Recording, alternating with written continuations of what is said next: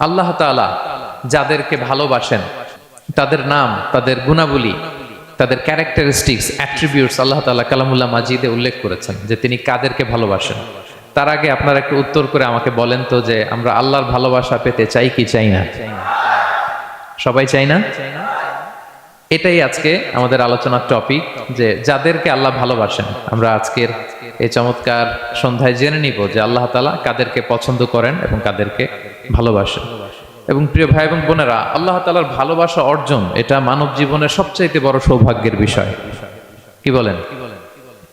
আমরা যদি প্রেসিডেন্টের কাছের লোক হই, প্রধানমন্ত্রীর যদি কাছের লোক হই, যদি আমরা জানি যে পিএম আমাকে ভালোবাসে, প্রেসিডেন্ট আমাকে ভালোবাসে, কেমন লাগবে?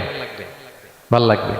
আর যদি আমরা এটা জানতে পারি যে রব্বে কারীম আল্লাহ রব্বুল ইজ্জা ওয়াল জালাল তিনি আমাকে ভালোবাসেন, কেমন লাগবে আমাদের? এই ভালোবাসাকে আমরা বলে বোঝাতে পারবো? পারবো না। এটাই আমরা চাই, এটাই আমাদের জীবনের টার্গেট, কামনা, ঠিক কিনা? তো একজন প্রকৃত মুমিন সেই যে আল্লাহর সান্নিধ্য পেতে চায়, আল্লাহ তাআলার ভালোবাসা সে পেতে চায়। এবং মজার ব্যাপার হচ্ছে আল্লাহ তাআলা সুস্পষ্ট স্টেটমেন্টের মাধ্যমে কালামুল্লাহ মাজিদে তিনি জানিয়ে দিয়েছেন তিনি কাদেরকে কাদেরকে ভালোবাসেন। আজকের এই আলোচনায় আমরা সেটাই জানার চেষ্টা করব যে বিশেষ কিছু গুণে গুণান্বিত ব্যক্তি আছে যারা এই সৌভাগ্যের অধিকারী, যাদেরকে আল্লাহ তাআলা ভালোবাসেন বলে তিনি কোরআনে জানিয়েছেন। আমরা যেন সেই সমস্ত গুণগুলো আমাদের নিজেদের মধ্যে ধারণ করতে পারি। আল্লাহ তাআলা আমাদের তৌফিক দান করুন। আমরা সবাই আওয়াজ করে পড়ে আমিন।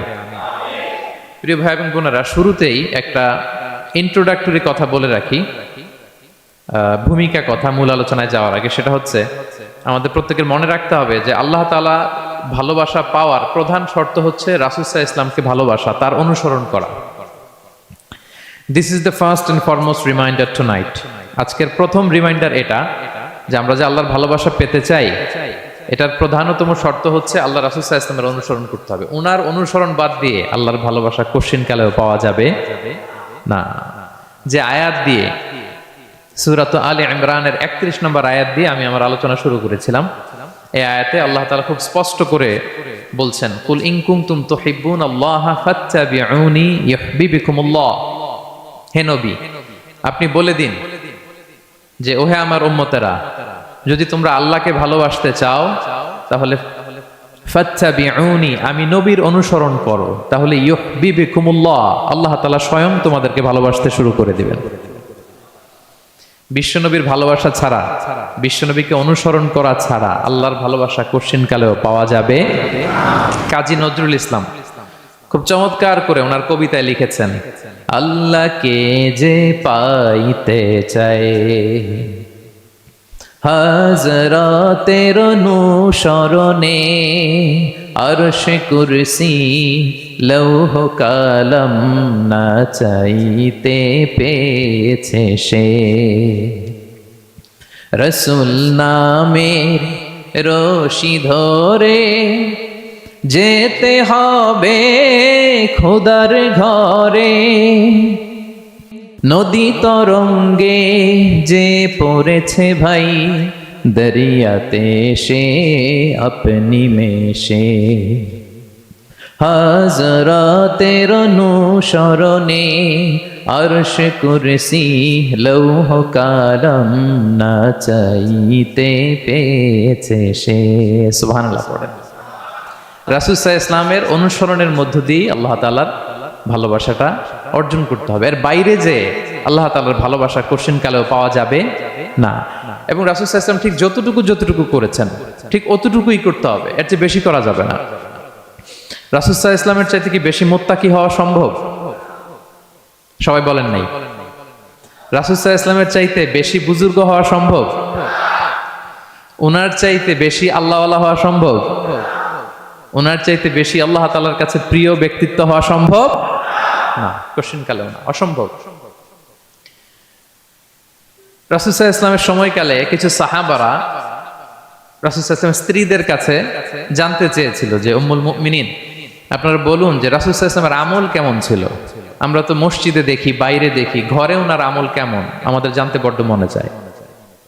তো রাসূল সাল্লাল্লাহু আলাইহি ওয়াসাল্লামের স্ত্রীরা বললেন যে উনি এমন এমন আমল করেন, এইভাবে নফল রোজা রাখেন, শেষ রাতে তাহাজ্জুদ পড়েন, এইভাবে তাসবিহ পড়েন, কোরআন তেলাওয়াত করেন, জিকির করেন। তো হাদিসে এসেছে যে কাআন্নাহুম তাকাল্লুহা, তাদের কাছে এটা কেমন যেন কম মনে হইলো। তারা একটা বড় এক্সপেকটেশন নিয়ে আসছিল, মানে বিশাল একটা, রাসূল সাল্লাল্লাহু আলাইহি ওয়াসাল্লাম সব নবীদের নবী, না জানে কি আমল করে ঘরের ভিতরে। কিন্তু যখন রাসূল সাল্লাল্লাহু আলাইহি ওয়াসাল্লাম স্ত্রীদের কাছে শুনলো এই আমল তিনি করেন ঘরের ভিতরে, ওনারা হতাশ। হায় রে, ভাবছিলাম এত এত আমল করে, এই মাত্র এরকম আমল করে, এগুলো তো আমরাও করি। কাআন্নাহুম তাকাল্লুহা, হাদিসে এসেছে ওনাদের কাছে এটা খুব কম মনে হইলো। তো তারা একে অপরকে বলতে লাগলো যে এর কারণ হচ্ছে কদ গুফিরা লাহু মা তাকাদ্দামা মিন যামবিহি ওয়া মা তাআখার। আল্লাহ তাআলা তো রাসূল সাল্লাল্লাহু আলাইহি ওয়াসাল্লামের আগের পরের সব গুনাহ মাফ করে দিয়েছে। ওনার তো আদতে কোনো গুনাহই নাই, কিন্তু আল্লাহ তাআলার ঘোষণা হচ্ছে নবী হে, আপনার আগের পরের সব গুনাহ আমি মাফ করে দিলাম। তো সাহাবারা বলতেছেন এর কারণ হচ্ছে ওনার কোনো গুনাহই নাই, সব মাফ, এই জন্য ওনার কম করলেও হয়, আমাদের তো এত কম করলে চলবে না। কথা বুঝতে পেরেছেন? তো ওনারা ভাবলো যে না, আমাদের তো আমল বাড়াইতে হবে। তো কি করতে হবে? একজন বলল আমি সারা রাত নামাজ পড়বো, আমি আর ঘুমাবো না। এখন থেকে সারা রাত কি করব? নামাজ পড়বো, আমি আর ঘুমাবো না। আরেকজন বলল তাহলে আমি সারা বছর রোজা রাখবো, রোজা ভাঙবো না, সারা বছর টানা রোজা, যেহেতু বেশি বেশি করতে হবে। আরেকজন বলল আমি স্ত্রীদের সাথে আর মেলামেশা করবো না, আমার স্ত্রীদের সাথে আমি আমার মতো বৈরাগ্য জীবনযাপন করব। তো এই কথা যখন রাসূল সাল্লাল্লাহু আলাইহি ওয়াসাল্লাম শুনলেন, রাসূল সাল্লাল্লাহু আলাইহি ওয়াসাল্লাম ওনাদেরকে ডেকে পাঠালেন, ডেকে বললেন আনতুমুল্লাযীনা কুলতুম কাযা ওয়া কাযা, তোমরা কি এমনটা এমনটা বলছো? তারা ভয়ে বলতেছে ইয়া রাসূলুল্লাহ, জি আমরা তো এরকম করে ফেলছি, বলে ফেলছি। তখন রাসূল সাল্লাল্লাহু আলাইহি ওয়াসাল্লাম বললেন ওয়াল্লাহি ইন্নী লা আখশাকুম লিল্লাহি ওয়া আতকাকুম লাহু, আল্লাহর শপথ করে বলছি আমি তোমাদের মধ্য থেকে আল্লাহকে সবচেয়ে বেশি ভয় পাই, আমি সবচেয়ে বড় মুত্তাকি, আমার চেয়ে বেশি কেউ আল্লাহকে ভয় পেতে পারে না। তা আমি সবচেয়ে বড় মুত্তাকি, আমি সবচেয়ে বেশি আল্লাহর প্রিয় ভাজন, আমি আল্লাহর সবচেয়ে বেশি ভয় পাই, এরপরেও আমি রাতে ঘুমাই আবার নামাজও পড়ি, সোম বৃহস্পতিবারে রোজা রাখি, বাকি দিনগুলোতে আমি খাই। আমার তো 11 জন স্ত্রী, আমি সবার সাথে মেলামেশা করি, কই স্ত্রী মেলামেশায়, রোজা রাখা না রাখায়, রাতে ঘুম এবং তাহাজ্জুদ, এই যে ব্যালেন্স করে যে আমি জীবন পরিচালনা করি, এতে আমার মুত্তাকি হইতে তো কোনো সমস্যা হয়নি। আমি শ্রেষ্ঠ নবীর এই মর্যাদা অক্ষুণ্ণ রাখতে তো আমার সমস্যা হয়নি, কিন্তু তোমাদের সমস্যা কোথায়? তখন তিনি একটা অসাধারণ উক্তি করেছিলেন, তিনি বলেছিলেন ফামান রাগিবা আন সুন্নতি ফালাইসা মিন্নি, যে আমার সুন্নতকে অবজ্ঞা করে, মানে আমার যে পন্থা এটা অনুসরণ না করে অন্য কিছু যে করতে চায়, ফালাইসা মিন্নি, সে আমার দলভুক্ত নয়। আল্লাহু আকবার! কি ভারসাম্যবোধ, কি ব্যালেন্সড লাইফস্টাইল, কি পরিমতি বোধ তিনি আমাদের শিখিয়েছেন। তাহলে বোঝা গেল সারা রাত ইবাদত করলেই ওইটা শ্রেষ্ঠ ইবাদত হয় না, কারণ রাসূল সাল্লাল্লাহু আলাইহি ওয়াসাল্লাম ঘুমাতেন আবার ইবাদত করতেন, স্ত্রীদের সাথে মিলতেন, সামাজিক কাজ করতেন, মাঝে মাঝে নফল রোজা রাখতেন, মাঝে মাঝে অনেকদিন রাখতেন না। This is balance, this is Islam, এবং এর চেয়ে শ্রেষ্ঠ ইসলাম আর হতে পারে না। তার মানে বোঝা গেল রাসূল সাল্লাল্লাহু আলাইহি ওয়াসাল্লামের চাইতে যদি এক কাঠি বেশি বোঝেন আপনি, এটা ইসলাম হবে? এটা হবে বাড়াবাড়ি, ঠিক কি না? রাসূল সাল্লাল্লাহু আলাইহি ওয়াসাল্লাম যেমনটি করেছেন ঠিক তেমনটি করার নাম ইসলাম, এবং এভাবেই আল্লাহ তাআলার ভালোবাসা পাওয়া সম্ভব, এছাড়া পাওয়া সম্ভব। তাহলে মূল আলোচনায় যাওয়ার আগে এটা হচ্ছে ইন্ট্রোডাক্টরি পয়েন্ট 1, যে আল্লাহ তাআলার ভালোবাসা পাওয়ার 1 নাম্বার শর্ত হচ্ছে রাসূল সাল্লাল্লাহু আলাইহি ওয়াসাল্লামের অনুসরণ। তার চেয়ে যদি বেশি ইবাদত করেন ওইটা ইসলাম নয়, তার চেয়ে বেশি বুজুর্গি দেখাইতে গেলে ওইটা বুজুর্গি নয়। তিনি যেমন যেমন করেছেন ঠিক তেমন তেমন করার নামই ইসলাম, এবং সেটার মাধ্যমে আল্লাহ তাআলার ভালোবাসা পাওয়া সম্ভব। এই পয়েন্টটা বুঝছেন না সবাই? আচ্ছা, ইন্ট্রোডাক্টরি পয়েন্টের 2 নাম্বার কথা হচ্ছে আমরা কি করে বুঝবো যে আল্লাহ তাআলা আমাদের ভালোবাসেন? কিভাবে বুঝবো যে তিনি আমাদেরকে পছন্দ করেন, ভালোবাসেন? এটা বোঝার কিছু সিস্টেম আছে। 1 নম্বর সিস্টেম হচ্ছে আপনি জাস্ট দেখুন যে আপনি নিজেকে কোন কাজে ব্যস্ত রেখেছেন, আপনি আপনাকে কোন কাজে ব্যস্ত রেখেছেন। আপনার লাইফস্টাইলের দিকে তাকান, লুক অ্যাট ইউর লাইফস্টাইল, আপনি নিজেই বুঝে যাবেন। আপনি যদি দেখেন যে না, আপনার ভালো ভালো কাজে আপনার ব্যস্ততা, আপনার এঙ্গেজমেন্ট ভালো লোকদের সাথে, আপনার সার্কেলটা ভেরি গুড সার্কেল, ভালো কাজে আপনার মন টানে, আপনি ভালো কাজ করেন, যদি আপনার কার্যক্রম এরকম হয় তাহলে বুঝে নেবেন আল্লাহ তাআলা আপনাদেরকে ভালোবাসেন। আলহামদুলিল্লাহ।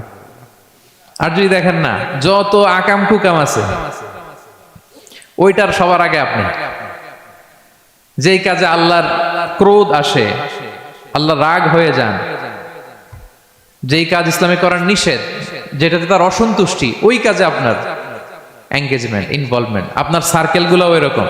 তাহলে বুঝে নেবেন আল্লাহ ভালোবাসা এই মহা সৌভাগ্য আপনার কপালে জোটে নাই। তাহলে এটা হচ্ছে একটা সিস্টেম। আল্লাহ আপনাকে ভালোবাসেন কিনা এভাবে বুঝবেন যে আপনি নিজেকে কোন কাজে ব্যস্ত রেখেছেন, একটু দেখুন, আপনি মিলাতে পারবেন। 2 নাম্বার পদ্ধতি হচ্ছে এটা বোঝার যে তিনি আমাকে ভালোবাসেন কিনা, সেটা হচ্ছে পৃথিবীবাসী আপনাকে ভালোবাসে কিনা এটা একটু দেখেন। এই পৃথিবীর ভালো মানুষগুলোর কাছে আপনার একটা গ্রহণযোগ্যতা আছে কিনা এটা দেখেন। এটা দেখলে আপনি বুঝতে পারবেন। সহিহ মুসলিমের একটা ছোট্ট হাদিস শেয়ার করি। রাসূল সাল্লাল্লাহু আলাইহি ওয়াসাল্লাম বলেছেন যে ইন্নাল্লাহা ইযা আহাব্বা আবদান দাআ জিবরিল ফাকালা ইন্নী উহিব্বু ফুলানান ফাহিব্বা। আল্লাহ তাআলা যখন কোনো বান্দাকে ভালোবাসে তখন তিনি জিবরাইলকে ডেকে বলেন, হে জিবরাইল, আমি আমার এই বান্দাকে ভালোবাসি, তুমিও তারে ভালোবাসো। ফায়ুহিব্বুহু জিবরিল, জিবরাইল আলাইহিস সালাম তারে ভালোবাসতে শুরু করে। শুধু এখানেই না, সুম্মা ইউনাদি ফিস সামা, তারপরে তিনি আকাশে একটা অ্যানাউন্সমেন্ট করেন। ফায়াকুল, তিনি বলেন যে ইন্নাল্লাহা ইউহিব্বু ফুলানান ফাহিব্বু, ও আকাশবাসীরা, ও ফেরেশতারা, আল্লাহ তাআলা তার এই বান্দাকে ভালোবাসে, তোমরা সবাই তার ভালোবাসো।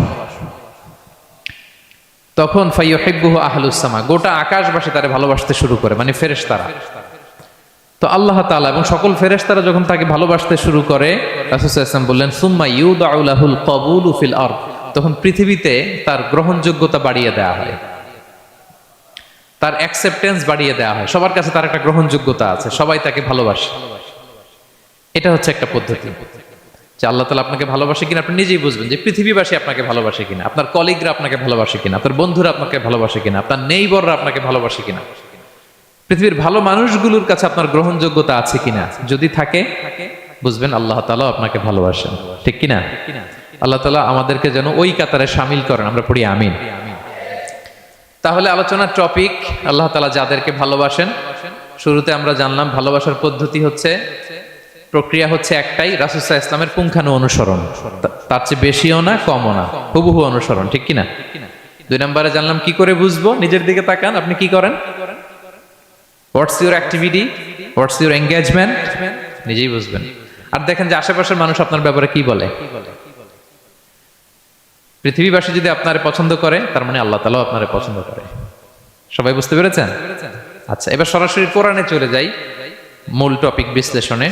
আল্লাহ তাআলা অনেক শ্রেণীর ব্যক্তিকে ভালোবাসেন বলে তিনি ঘোষণা করেছেন। তিনি বলেছেন যে আমি তাদেরকে ভালোবাসি। এর মধ্যে 1 নাম্বার হচ্ছে আল মুহসিনুন। একটু আমার সাথে সাথে বলেন, আল মুহসিনুন। মুহসিনুন মানে হচ্ছে যে ইহসান করে, মানে অন্যের প্রতি অনুগ্রহ দেখায়, অনুগ্রহশীল, অন্যের প্রতি দয়াশীল, অনুগ্রহশীল। এই সমস্ত বান্দাদের আল্লাহ ভালোবাসেন। আল্লাহ বলেন, ওয়া আনফিকু ফি সাবিলিল্লাহি ওয়া লা তুলকু বিআইদিকুম ইলা তাহলুকা ওয়া আহসিনু ইন্নাল্লাহা ইউহিব্বুল মুহসিনিন। তিনি বলেন যে তোমরা আল্লাহর রাস্তায় দান করো আর নিজেরা নিজেদেরকে ধ্বংসের মুখে ঠেলে দিও না, আর তোমরা ইহসান করো অন্যের প্রতি, কারণ ইন্নাল্লাহা ইউহিব্বুল মুহসিনিন, আল্লাহ তাআলা মুহসিনিনদের ভালোবাসেন, মানে যারা অন্যের প্রতি অনুগ্রহ দেখায়, অন্যের প্রতি দয়া পরবশ, তাদেরকে আল্লাহ ভালোবাসেন। সুবহানাল্লাহি ওয়া বিহামদিহি। তাহলে পেয়ে গেলাম, মিলায় নেন যে অন্যের প্রতি সফট কর্নার, অন্যের প্রতি দয়া, অনুকম্পা, হেল্পিং হ্যান্ড, হেল্প করার মানসিকতা, অন্যের দুঃখে কাদা, এই মাইন্ডসেট, এই মেন্টালিটি আমাদের আছে কিনা একটু মিলিয়ে নেন। না থাকলে রিমাইন্ডার হিসেবে নেন যে আমরাও যেন মুহসিনুনদের কাতারে শামিল হতে পারি। ইহসান এটা অনেক বড় তবকার একটা আমল। ইবাদতেও ইহসান লাগবে, ইবাদতের বাইরে সামাজিক কর্মকাণ্ড, রাষ্ট্রীয় কর্মকাণ্ড, সব কাজে আল্লাহ তাআলা এই ইহসানকে আবশ্যক করেছেন। অনুগ্রহ, অন্যদের প্রতি অনুগ্রহশীল হওয়া। ইবাদতে ইহসানটা কেমন? সাইয়েদনা জিবরাইল আলাইহিস সালাম রাসূল সাল্লাল্লাহু আলাইহি ওয়াসাল্লামকে জিজ্ঞেস করেছিলেন যে ইয়া রাসূলুল্লাহ ফাখবিরনি আনিল ইহসান, ইহসান আবার কি, আমাকে একটু বলেন। তো ইবাদতে ইহসানটা কেমন? রাসূল সাল্লাল্লাহু আলাইহি ওয়াসাল্লাম বললেন যে ইহসান হচ্ছে আন তা'বুদাল্লাহা কাআন্নাকা তারাহু ফাইন লাম তাকুন তারাহু ফাইন্নাহু ইয়ারাক। তুমি এমন ভাবে ইবাদত করবে, তুমি ভাববে যে তুমি আল্লাহকে দেখছো, তুমি আল্লাহকে দেখে দেখে ইবাদত করতেছো, এরকম ভাবো না একটু। আর এটা ভাবতে যদি কষ্ট হয়, অন্তত এতটুকু তো ভাবো যে আল্লাহ তোমায় দেখছেন। এতটুকু ভাবা যাবে না? আমরা যখন নামাজ পড়ি, আমাদের প্রত্যেকটা সালাতের মুহূর্তে আমাদের এটা ভাবতে হবে যে আল্লাহ তাআলা কিন্তু আমাকে দেখছেন। এই যে আমি ফিসফিস করে সুবহানা রাব্বিয়াল আলা পড়ি, সুবহানা রাব্বিয়াল আযীম পড়ি, আমি তাসবিহ পড়ি, আমার রুকু সেজদা সবকিছু আমার আল্লাহ দেখছেন। এই সেন্স, এই অনুভূতি যদি আপনার মধ্যে থাকে, এটাই হচ্ছে ইবাদতের ইহসান। আর ইবাদত ছাড়া আমাদের দৈনন্দিন কাজ, পারিবারিক কাজ, সামাজিক কাজ, এই সমস্ত কাজেও কিন্তু আল্লাহ তাআলা ইহসানকে আবশ্যক করেছেন। প্রিয় ভাই এবং বোনেরা, অন্যের প্রতি অনুগ্রহ করাটাকে তিনি কি করেছেন? আবশ্যক করেছেন। একটা ছোট্ট হাদিস শুনি। হাদিসে রাসূল সাল্লাল্লাহু আলাইহি ওয়াসাল্লাম ইরশাদ করছেন যে ইন্নাল্লাহা তাবারাকা ওয়া তাআলা কাতাবাল ইহসানা আলা কুল্লি শাই। আল্লাহ তাআলা সব কিছুর উপর ইহসানকে আবশ্যক করেছেন, সব কিছুর উপর।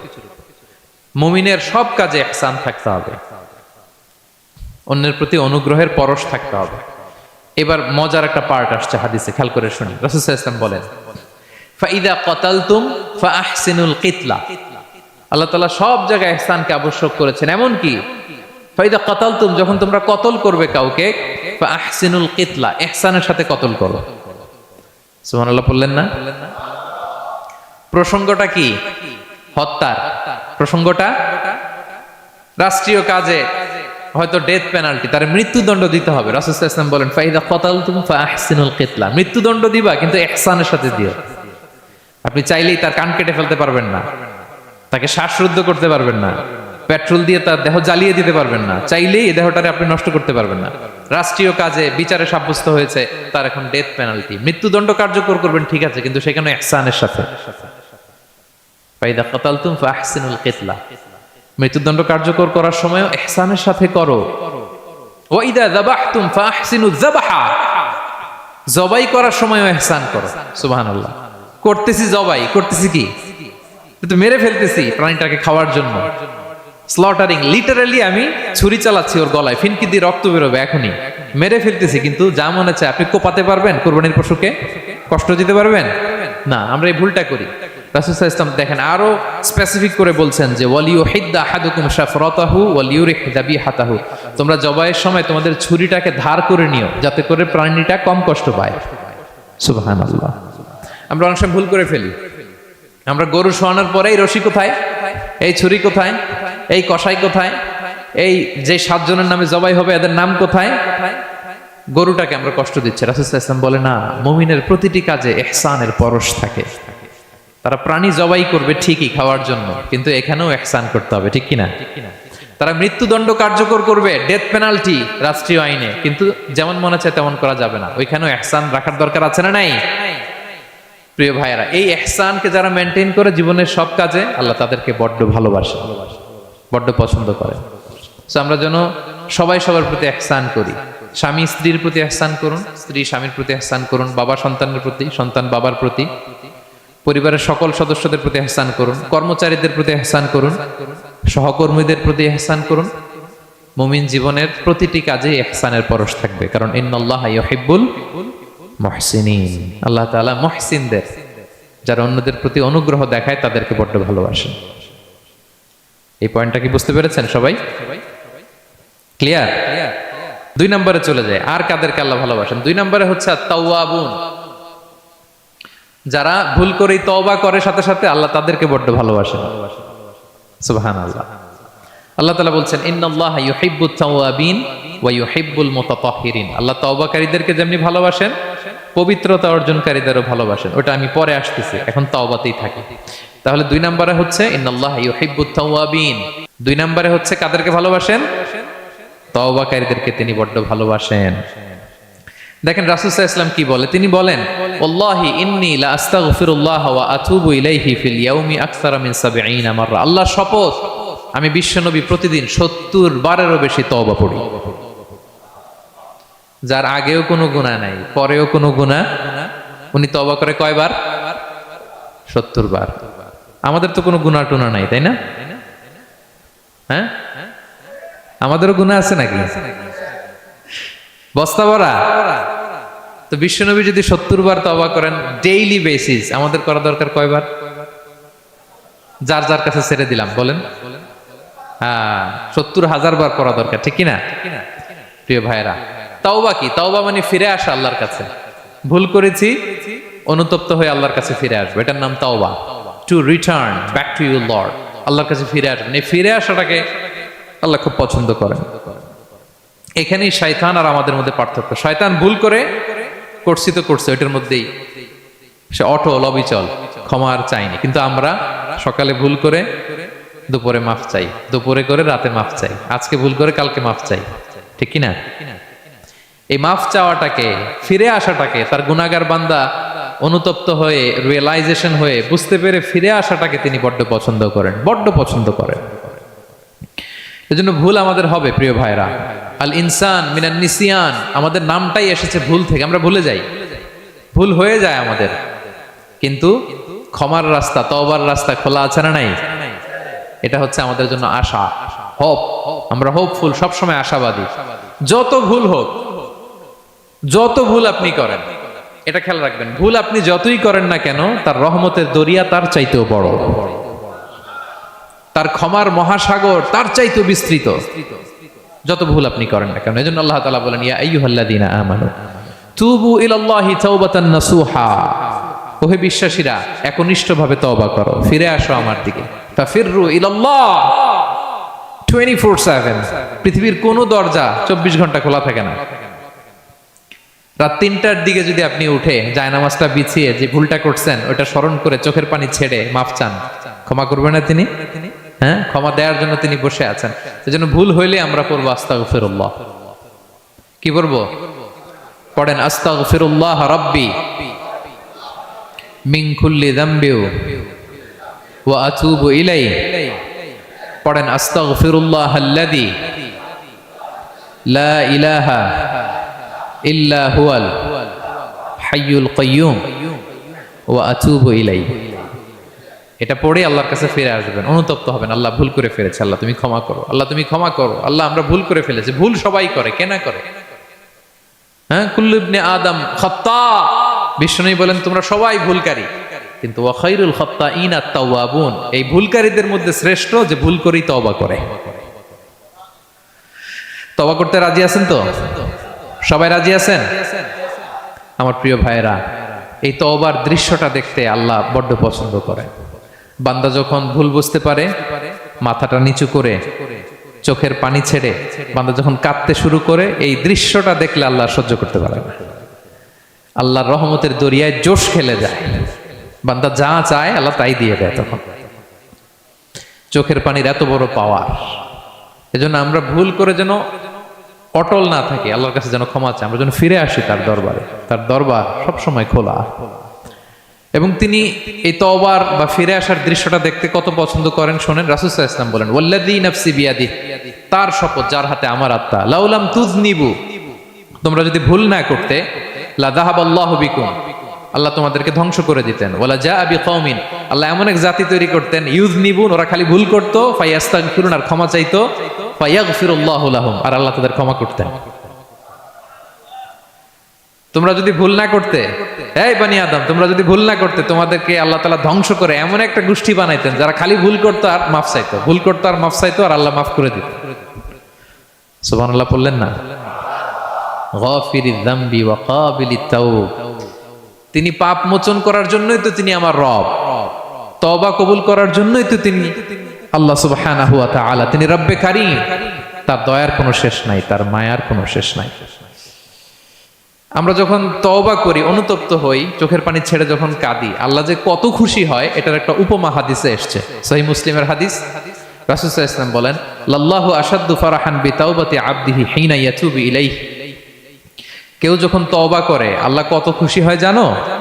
শোনো, ওই ব্যক্তির চাইতে আল্লাহ বেশি খুশি হয়ে যায় যে ব্যক্তি মরুভূমিতে সফরে বেরিয়েছে, সাথে তার বাহন বা উট, ওই উটের মধ্যেই তার পানি বা খাবার, হঠাৎ করে উটটা হারায় গেছে। শুনতেছেন? মরুভূমিতে উট নিয়ে বের হয়েছিল সফরে, উটের মধ্যে তার পানি, তার খাবার, তার বেঁচে থাকার সমস্ত মাধ্যম, কিন্তু হঠাৎ করে উট কি হয়ে গেছে? হারায় গেছে। উট খুঁজে আর পায় না, দৌড়াতে দৌড়াতে হয়রান। কত দৌড়াবে? ধুধু মরু প্রান্তর, কয়েক ঘন্টা দৌড়ালেই তো সে তৃষ্ণার্ত হয়ে মারা যাবে। দৌড়াতে দৌড়াতে হাঁপাতে হাঁপাতে শেষ, জীবনের আশাও শেষ, যে উট যেহেতু পাই নাই, আজকে সারাদিন দৌড়ালে তো তৃষ্ণা আমি মারাই যাব রাতে।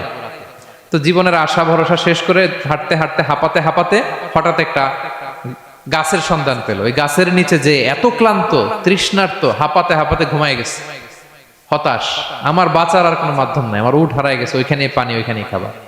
ক্লান্ত শ্রান্ত হয়ে তৃষ্ণার চোটে ঘুম চলে আসছে। হঠাৎ ঘুম থেকে জেগে ওঠে, উটটা পাশেই দাঁড়ায় আছে। যে ওটের উপরে তার পানি এবং খাবার ছিল, পুরা মরুভূমিতে দৌড়াইতে দৌড়াইতে আবার সন্ধ্যাবেলায় এসে মালিকের সামনে দাঁড়ায় আছে। সে ঘুম থেকে উঠে তাড়াতাড়ি করে রশি ধরে ফেলছে ওটের। পুরোটা হাদিসের অনুবাদ শোনাচ্ছি। তো ওটের রশি ধরে বেচারা এত খুশি, এত খুশি, এত খুশি যে খুশির চোটে ও বলতে আরম্ভ করছে, আল্লাহুম্মা আনতা আবদি ওয়া আনা রাব্বুক। আল্লাহ, তুমি আমার গোলাম, আমি তোমার রব। তুমি দয়া করে এই ওটটা ফিরাই দিছো, আজকে তুমি ওটটা ফিরাই না দিলে আমি তো মরে যেতাম। আল্লাহ, প্রশংসা তোমার। খুশির চোটে। কিসের চোটে?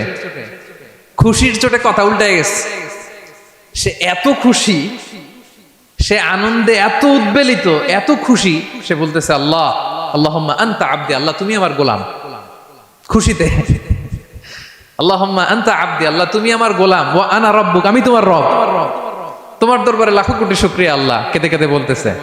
তা আল্লাহ বলে, ওইরকম একটা পরিস্থিতিতে যে তার জীবনের আশা ছেড়েই দিয়েছিল, হঠাৎ করে ওট ফিরে পাওয়ার পরে খুশির চোটে সে যখন আমি আল্লাহরে ওর গোলাম বানায় আর ওরে আমার রব বানায়, ওই লোকটা ওই মুহূর্তে ঠিক যত খুশি, আমার কোনো বান্দা তওবা করে যখন আমার কাছে ফিরে আসে, আমি আল্লাহ ওই বান্দার উপর তার চাইতে বেশি খুশি হয়ে যায়। লাল্লাহু আশাদ্দু ফারাহান। ওই ব্যক্তি কত খুশি হইলে আল্লাহর গোলাম বানায়, কত খুশি হইলে সে সেন্স হারায় ফেলে যে আল্লাহ তুমি আমার গোলাম, আমি তোমার রব। কখন বলে?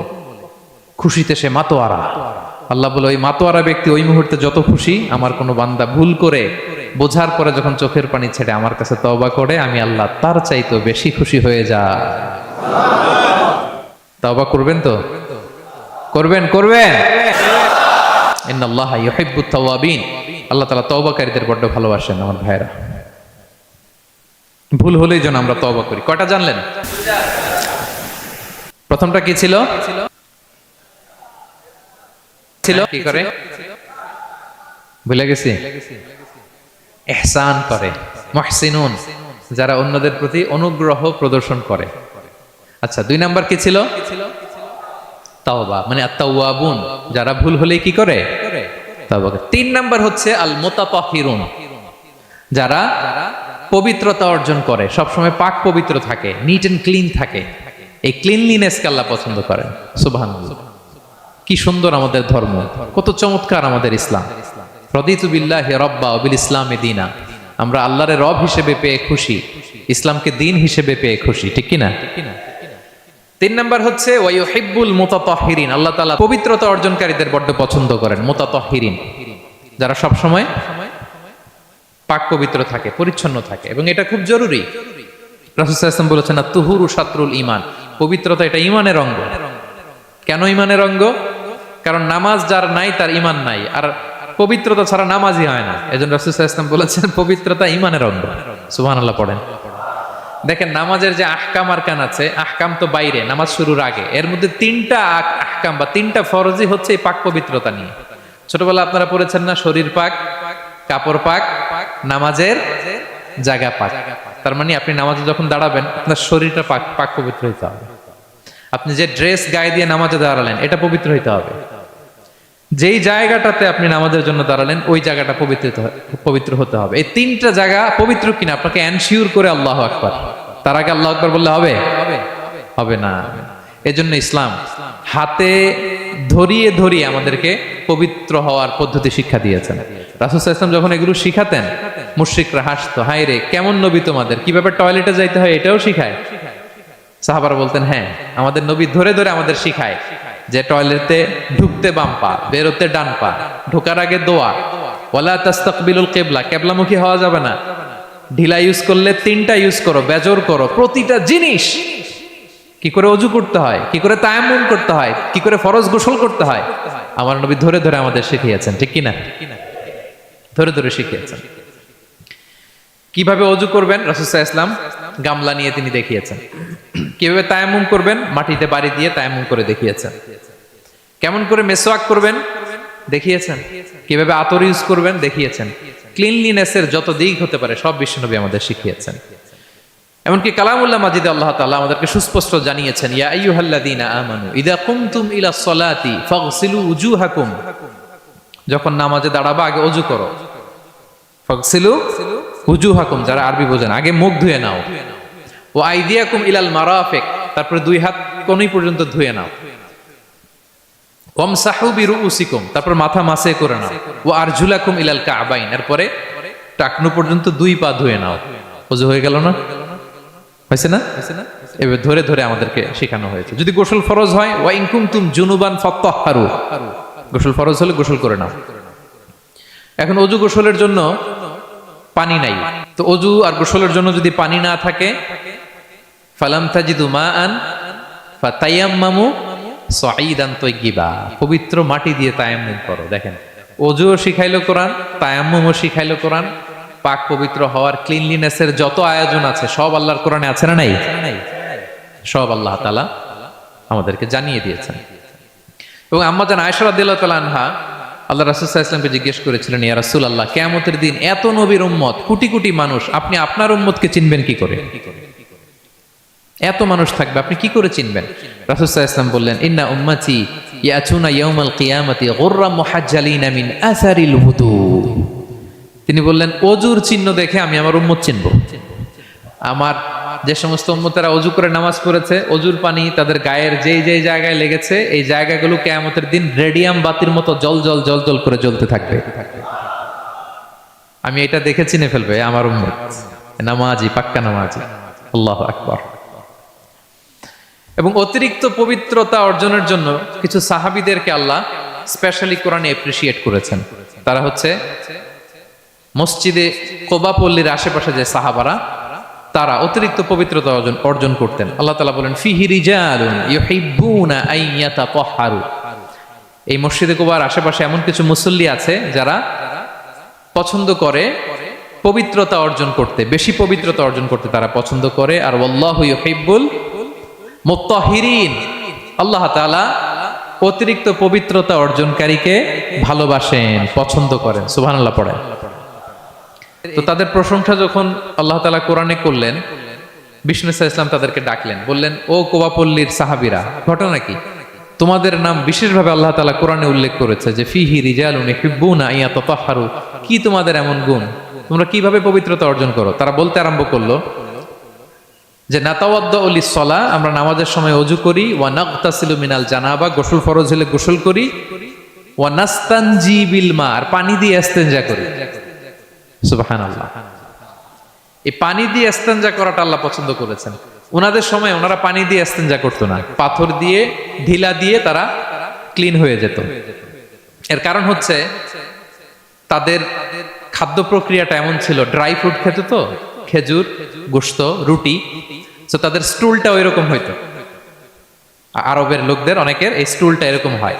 যেমন আমাদের যখন কখনো কোষ্ঠকাঠিন্য হয়, তখন দেখবেন যে আমাদেরও এরকম হয়।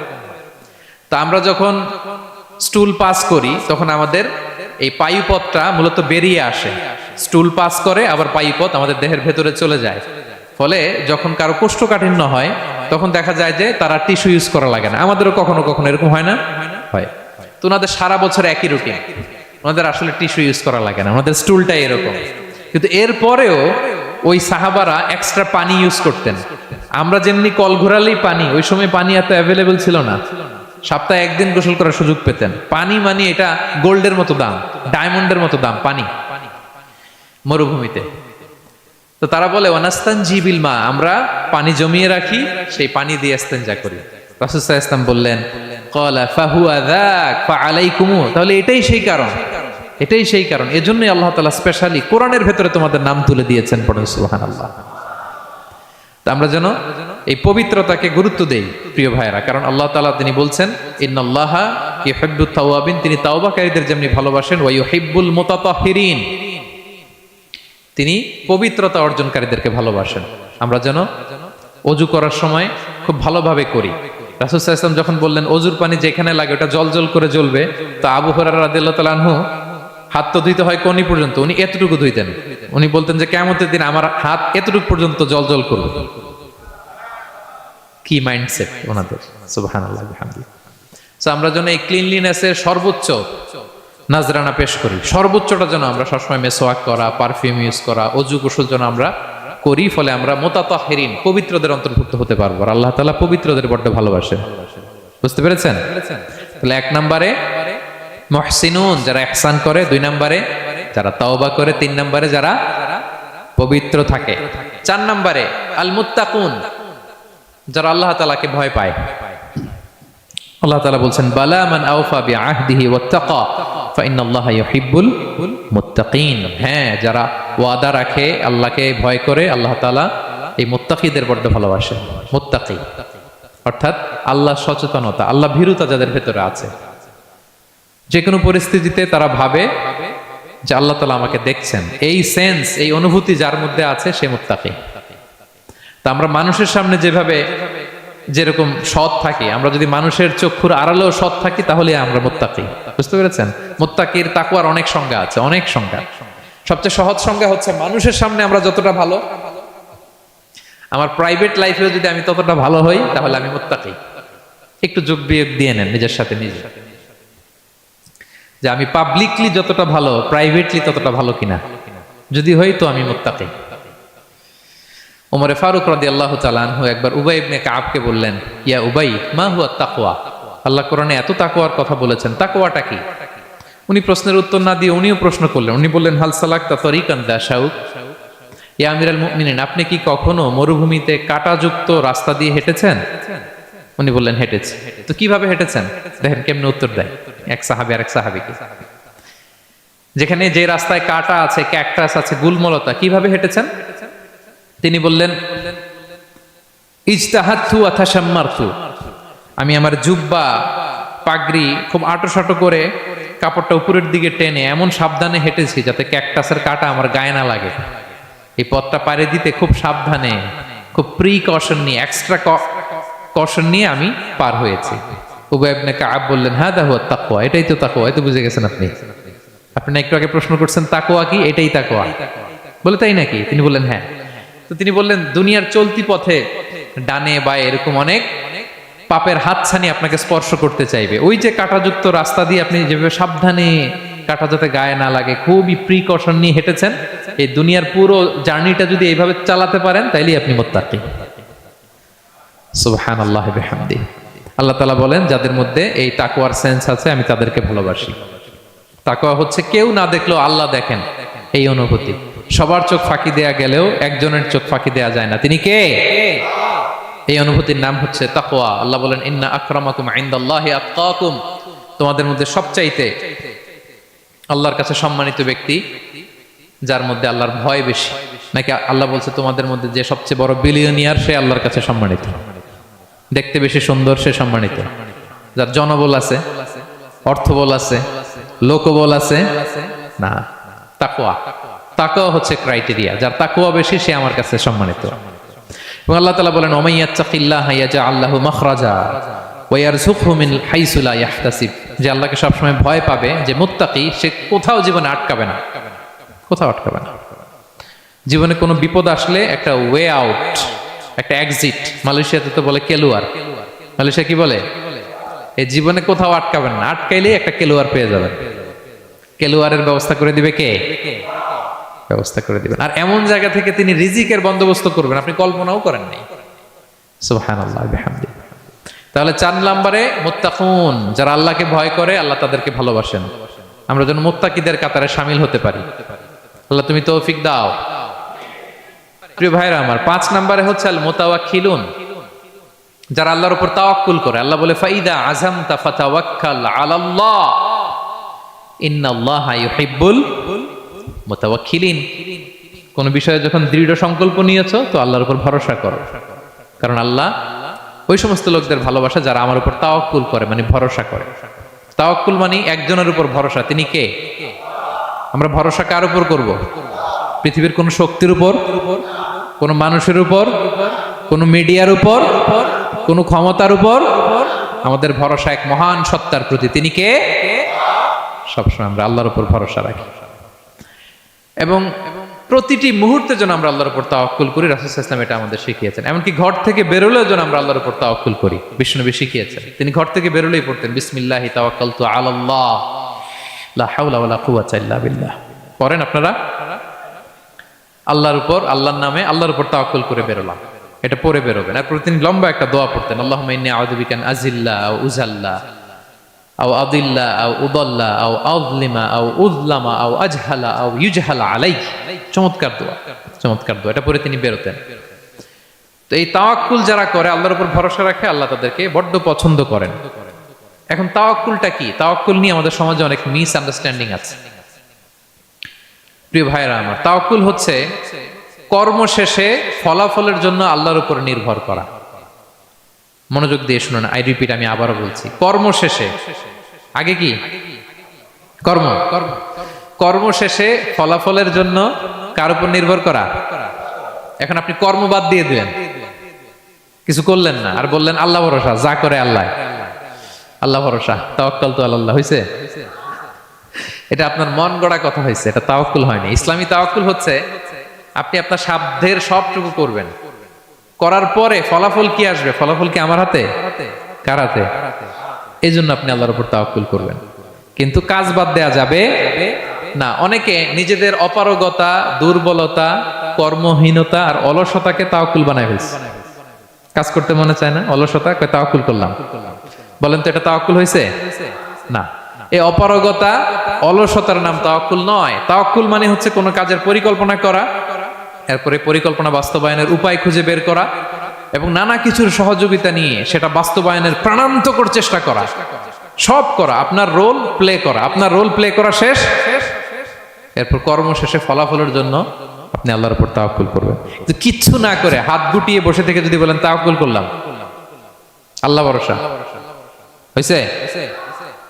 হয়েছে? তাওয়াক্কুল হয়েছে? হয় নাই। তো এখানে ব্যালেন্স অ্যাটিটিউডে আসতে হবে। আমি সব করতে পারবো, এটাও যেমনি ভুল, আল্লাহই সব করে দিবেন, এটাও ভুল। The position of Islam is somewhere in between these two extreme lines. এই দুটার মাঝখানে ইসলামের পজিশন। পাখিকে তাওয়াক্কুলের মডেল হিসেবে আল্লাহ উপস্থাপন করেছেন। পাখিকে বিশ্বনবী বলেন, তোমরা যদি পাখির মতো তাওয়াক্কুল করো, পাখিরে যেমনি আল্লাহ খাওয়ায় তোমাদেরকেও খাওয়াবে। পাখি কেমনি তাওয়াক্কুল করে? বিশ্বনবী বললেন, তাগদু খিমাসান ওয়া তারুহু বিতানান। পাখিগুলো প্রতিদিন সকালবেলা কিচির মিচির রবে তার বাসা থেকে বের হয়ে জঙ্গলে ছড়িয়ে পড়ে, সারাদিন খুঁজতে খুঁজতে, ঘুরতে ঘুরতে, উঠতে উঠতে আল্লাহ তাআলা বিকেল বেলা আবার প্রতিটি পাখির ওদর পূর্তি করে তার ঘরে ফিরিয়ে নিয়ে আসে। ঠিক কিনা? তো পাখি কি ঘরের ভিতরে বসে থেকে তাওয়াক্কুল করছে?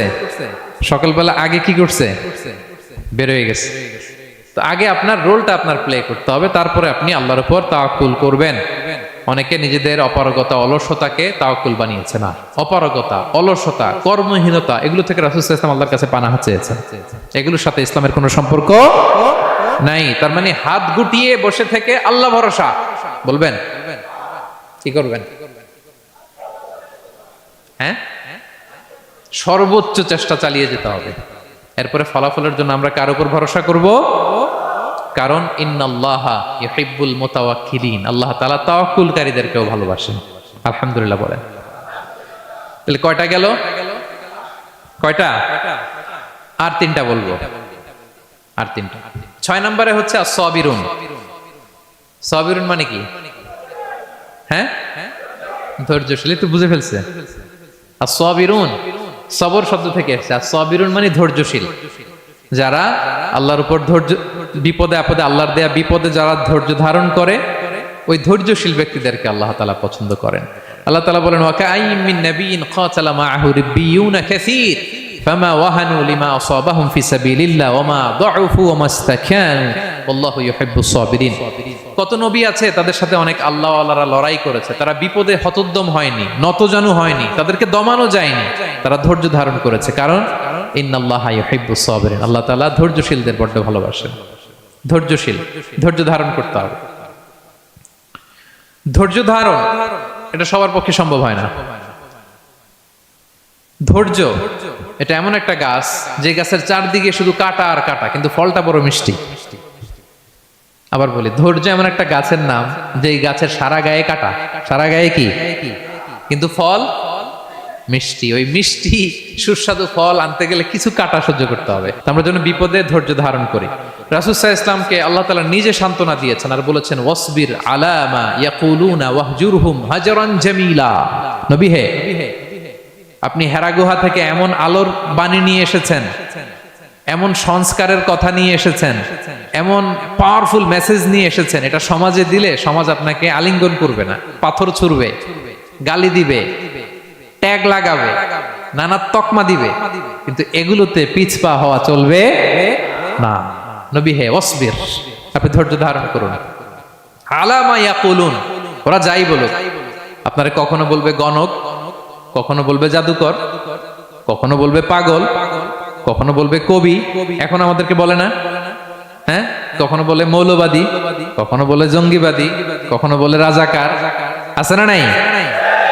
যুগে যুগে এই ট্যাগিং সংস্কৃতি আছে, তারা ট্যাগ লাগায়, তারা নানা ধরনের মিথ্যা তকমা লাগায়।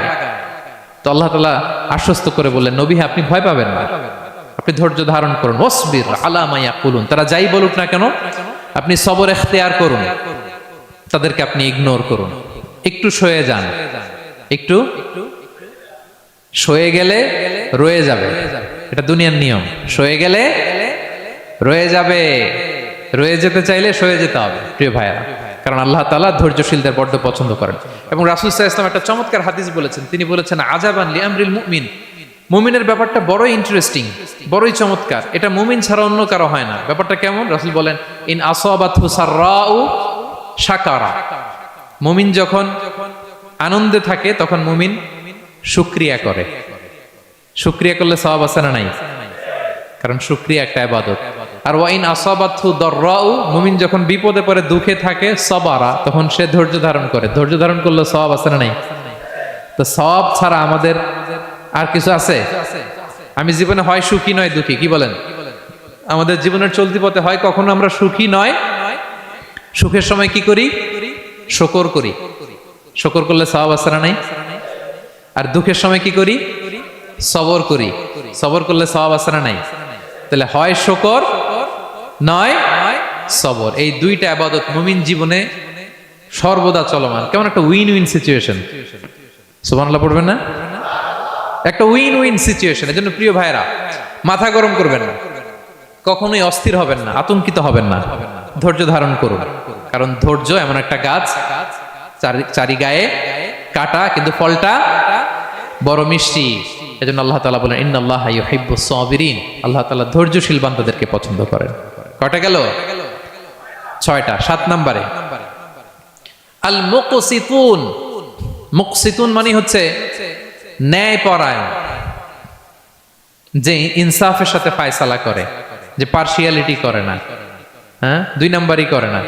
বিচার করতে যে যখন রায় দেয় ন্যায়সঙ্গত ভাবে রায় দেয়, ঘুষ খেয়ে বায়াজ হয়ে কোনো রায় দেয় না, তাদেরকে আল্লাহ পছন্দ করে। কিন্তু আমাদের বিচার ব্যবস্থার দিকে তাকান, গোটা বিশ্বব্যাপী আছে না নাই? ছোট্ট একটা বিচারেও দেখবেন যে ছোট্ট সালিশ বসছে, এর কাছ থেকে টাকা খেয়ে ওর পক্ষে রায় দিয়ে দেয়, এরকম আছে না নাই?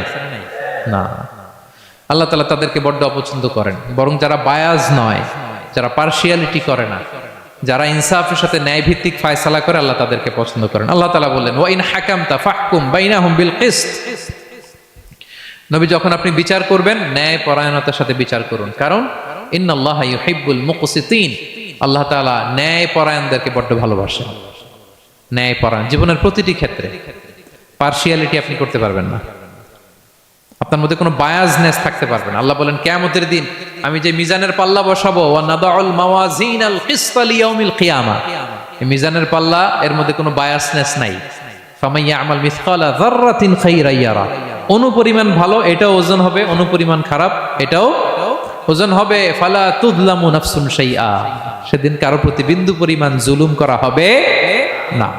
ন্যায় বিচারের মানদণ্ড তিনি সেদিন কায়েম করবেন। আর দুনিয়াতে যারা ন্যায় বিচার করে, ন্যায় ভিত্তিক ফায়সালা করে, তাদেরকে আল্লাহ ভালোবাসেন। সুবহানাল্লাহ পড়েন। রাসূল সাল্লাল্লাহু আলাইহি ওয়াসাল্লাম কতটা ন্যায়পরায়ণ ছিলেন শুনেন। 8ম হিজরিতে তিনি যখন মক্কা বিজয় করলেন, মক্কার লোকেরা তার হাতে বায়াত হলো, তিনি অল্প কিছুদিন এখানে 20 দিনের মতো ছিলেন মক্কায়।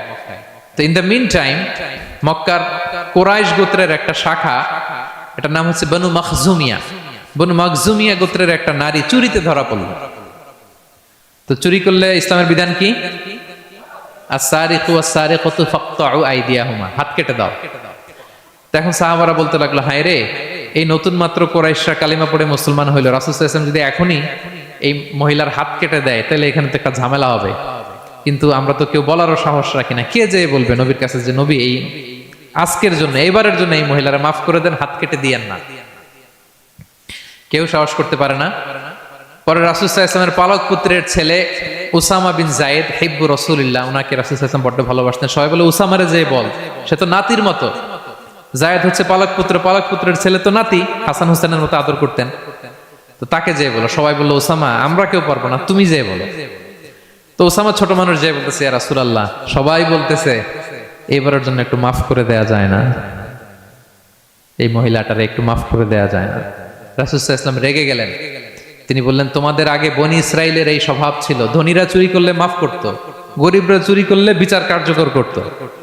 শুনে রাখো কুরাইশের লোকেরা, শুনে রাখো মক্কাবাসী, লাউ আন্না ফাতিমাতা বিনতি মুহাম্মাদিন সারাকাত লাকাতা মুহাম্মাদুন ইয়াদাহা। আরে বনু মাখজুমিয়ার মেয়ে তো দূর কি বাত, আমার কলিজার টুকরা নয়নের পুতলি ফাতেমাও যদি আজকে চুরিতে ধরা পড়তো, তার হাত কেটে দিতে আমি মুহাম্মদ 1 সেকেন্ডও দেরি করতাম না। আমার মেয়ে ফাতেমা যদি চুরিতে দোষী সাব্যস্ত হতো, তার হাত কাটতে আমি সময় নিতাম না। This is Islam, this is ইনসাফ, দিস ইজ জাস্টিস। এটাকে বলে ন্যায় ভিত্তিক বিচার, যেখানে কোনো স্বজন প্রীতি নাই, যেখানে কোনো পার্সিয়ালিটি নাই, যেখানে কোনো বায়াসনেস নাই। যারা ন্যায় ভিত্তিক ফায়সালা দেয়, মুকসিতুন, আল্লাহ তাআলা তাদেরকে পছন্দ করেন। আমরা যেন তাদের অন্তর্ভুক্ত হতে পারি। আল্লাহ তৌফিক দান করো। সব শেষ পয়েন্ট, আল মুনাজ্জামুনা ফি মাইদানিল জিহাদ, যারা জিহাদের ময়দানে সুশৃঙ্খল থাকে, ডিসিপ্লিন। সর্বশেষ হচ্ছে ডিসিপ্লিন। এই যে মাশাআল্লাহ আজকের এই সাইবার জায় কনফারেন্স খুবই ডিসিপ্লিনড একটা প্রোগ্রাম, সবাই সারিবদ্ধ হয়ে বসে আছেন, এবং এই সারিবদ্ধ হয়ে যারা বসে থাকে, যারা ময়দানে থাকে, তাদেরকে আল্লাহ তাআলা বড্ড পছন্দ করেন। যারা বিশৃঙ্খলা করে না, যারা সুশৃঙ্খল। তা আমরা মুসলিমরা কি বিশৃঙ্খল জাতি না সুশৃঙ্খল জাতি? আমরা সুশৃঙ্খল ইনশাআল্লাহ বিইذنিল্লাহ। আল্লাহ তাআলা বলছেন, ইন্নাল্লাহা ইউহিব্বুল্লাযীনা ইউকাতিলুনা ফি সাবিলিহি সাফফান কাআন্নাহুম বুনিয়ানুম মারসুস। আল্লাহ ওই বান্দাদের ভালোবাসেন যারা জিহাদের ময়দানে সফফান, সফফান মানে সারিবদ্ধ, কাতারে কাতার, এবং এমন কাতার কাআন্নাহুম বুনিয়ানুম মারসুস, যেন এটা মজবুত একটা সীসা ঢালাই করা প্রাচীর। সুবহানাল্লাহ। সাহাবারা নামাজের কাতারে পায়ের সাথে পা লাগিয়ে দাঁড়াতেন, কাদের সাথে কাঁধ লাগিয়ে দাঁড়াতেন। পিছন থেকে বিশ্বনবীরে অ্যাটাক করতে গেল 10 মিনিট লাগবে। সব সাহাবাদেরকে আক্রমণ করে বিশ্বনবী পর্যন্ত পৌঁছাতে তাদের অনেক সময় লেগে যাবে, এমন সীসা ঢালা প্রাচীরের মতো তারা পেছনে দাঁড়াতেন। সুবহানাল্লাহ। তো যারা জিহাদের ময়দানে সুশৃঙ্খল ভাবে দাঁড়ায়, ডিসিপ্লিনড ম্যানারে, ওয়েল অ্যারেঞ্জড ম্যানারে, ওয়েল অর্ডার্ড ম্যানারে, আল্লাহ তাআলা তাদেরকে বড্ড পছন্দ করেন। আর যারা বিশৃঙ্খলা করে তাদেরকে আল্লাহ পছন্দ করেন না। এবং আপনি দেখেন বিষ্ণু ইসলামের যুদ্ধগুলোর মধ্যে 5 ভাগে তিনি ভাগ করতেন যুদ্ধকে। মাঝখানে হচ্ছে একটা ডিপার্টমেন্ট, ডানে মাইমানা, বায়ে মাইসারা, সামনে মুকাদ্দিমা, পেছনে খালফ। এইভাবে 5টা ডিসিপ্লিনড ওয়েতে তিনি ব্যাটালিয়ন ভাগ করে সামনে আগাতেন। এবং বিশ্বনবীর নেতৃত্বে সাহাবীদের মাধ্যমে যে শক্তিশালী সামরিক সংগঠনটি গড়ে উঠেছিল, ওটা বিশ্বকে চূর্ণ বিচূর্ণ করে দিয়েছে।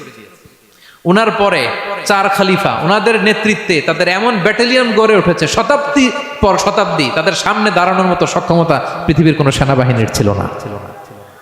সুবহানাল্লাহ। সাফফান কাআন্নাহুম বুনিয়ানুম মারসুস, সীসা ঢালা প্রাচীরের মতো যুদ্ধের ময়দানে তারা সুশৃঙ্খল ভাবে দাঁড়াতো। তো যারা জীবনের সব ক্ষেত্রে এরকম ডিসিপ্লিন, সুশৃঙ্খল, তাদেরকে আল্লাহ ভালোবাসে। এখন আপনারা কি সুশৃঙ্খল থাকতে চান, নাকি শুধু এই আজকের প্রোগ্রাম শেষ করে যাব আবার বিশৃঙ্খল এরকম করবেন? না, যেখানে কিউ থাকে কিউ মেনটেন করবেন, যেখানে একটা শৃঙ্খলা থাকে শৃঙ্খলা বজায় রাখবেন।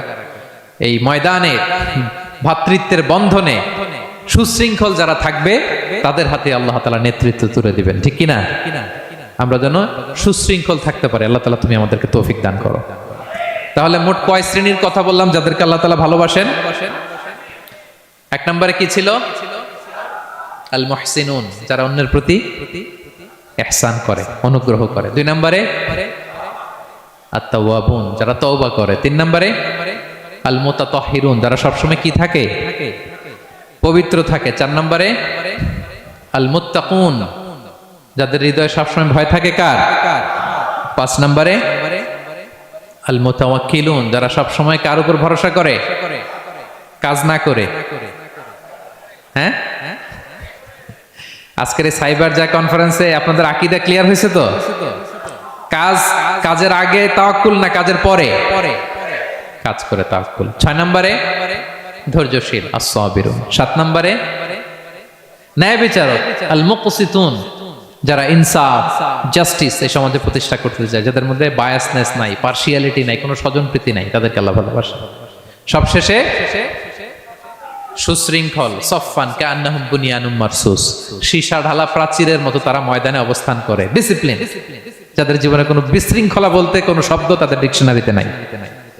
আমরা যেন সেরকম সুশৃঙ্খল হতে পারি, আমরা যেন সেরকম মুহসিনুন হতে পারি, আমরা যেন তাওয়াবুন হতে পারি, মুতাতাহহিরুন হতে পারি, মুত্তাকুন হতে পারি, আমরা যেন মুতাওয়াক্কিলুন হতে পারি, আমরা যেন সাবিরুন হতে পারি, আমরা যেন ন্যায় পরায়ণ হতে পারি। আর জীবনের প্রতিটি সেক্টরে, প্রতিটি ক্ষেত্রে আমরা যেন সুশৃঙ্খল থাকি। আল্লাহ তাআলা আমাদের সবাইকে কথাগুলো বোঝার ও আমল করার তৌফিক দান করুন। হাদা মা ইনদি ওয়াল ইলমু ইনদাল্লাহ আলাইহি তাওয়াক্কালতু ওয়া ইলাইহি উনীব। সুবহানাকাল্লাহুম্মা ওয়া বিহামদিকা আশহাদু আল লা ইলাহা ইল্লা আনতা ওয়া আস্তাগফিরুকা ওয়া আতুবু ইলাইক। আসসালামু আলাইকুম ওয়া রাহমাতুল্লাহি তাআলা ওয়া বারাকাতুহু।